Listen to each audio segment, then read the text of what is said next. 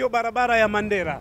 Magari mengi yanayotokea eneo la bandari kuja katika Ubungo na kuelekea mikoani. Lakini baadhi ya abiria pia wanaotoka maeneo mbalimbali wanaitumia hii kuelekea Vingunguti, Buguruni pamoja na maeneo ya Mbagara.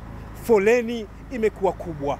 Hivyo baadhi ya wananchi wanasema kuwa serikali inahitaji kulifanyia kazi swala hili ili changamoto hii iweze kutatuliwa. Tabata hapa foleni tumeanza foleni toka Kongowe mpaka hapa saizi. Umeona Toka saa 2 foleni mpaka dakika hii. Hii foleni ni changamoto mno. Kwa hiyo tunaomba kama kuna uwezekano tupate uwezekano wa kutengenezewa mazingira mengine, hii foleni iweze kuondokana na foleni na adha kama hii ya foleni. Kwa kweli changamoto inatuathiri sana. Unakuta magari mengine kidogo hayakai na upepo. Kwa hiyo utatumia mafuta mengi ambayo wewe tena ndio unahusika nayo. Tajiri hajui foleni tajiri, hajui nini, na tajiri anatoa mafuta ya kwenda na kurudi. Hana ya diversion, haya na nini. Kwa hiyo inaniathiri sana hii foleni.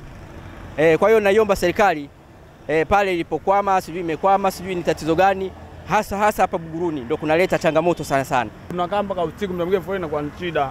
Kwa hiyo ndio serikali waangalia watu wake wafanye kazi kwa wakati. Yaani wafanye kazi wa kibandani wamekaa foleni, watu wanakaa foleni wanalala mpaka wengine wanaamua tu kushusha gari kwa pembeni. Kwa hiyo foleni imezidi sana kipande cha Tabata mpaka Buguruni Tazara. Uwepo wa foleni katika barabara hii ya Mandera umekuwa kubwa. Huenda changamoto hii katatuliwa iwapo tu bandari ya Bagamoyo itakapokamilika.